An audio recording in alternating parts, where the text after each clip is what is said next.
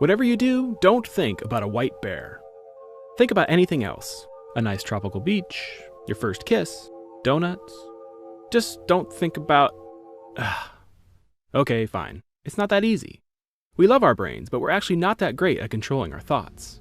Why is that? Well, it would help if we actually knew what a thought was. Really, there are only two possibilities. Thoughts are either part of the material world, like maybe patterns of electricity generated by the neurons in our brains, or they're not part of the material world, like there's some cosmic consciousness that spans the universe but that is completely undetectable by science. Yeah, let's go with option 1.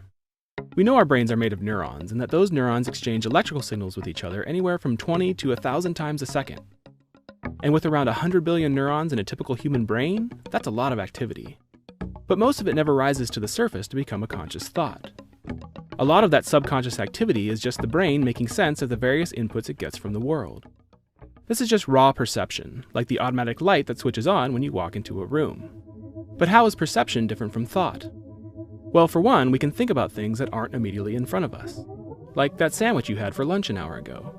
But we can also think about things that we can't actually see directly, like the event horizon of a black hole, or the internet. And we can even think about things that can't really exist at all, like a perfect circle. So somehow thoughts originate and stick around in our brains. But how? Well, the short answer is we don't know.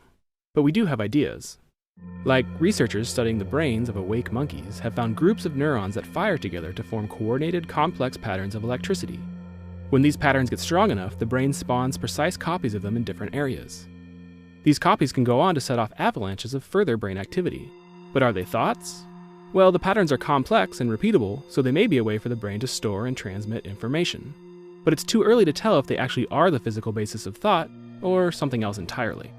In any case, because thoughts arise from brain activity, and most brain activity is subconscious, it makes sense that we only have limited control over what we think about.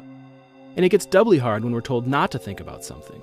Some part of the brain has to keep track of whatever it is we're not supposed to be thinking about, if only to make sure we don't think about it.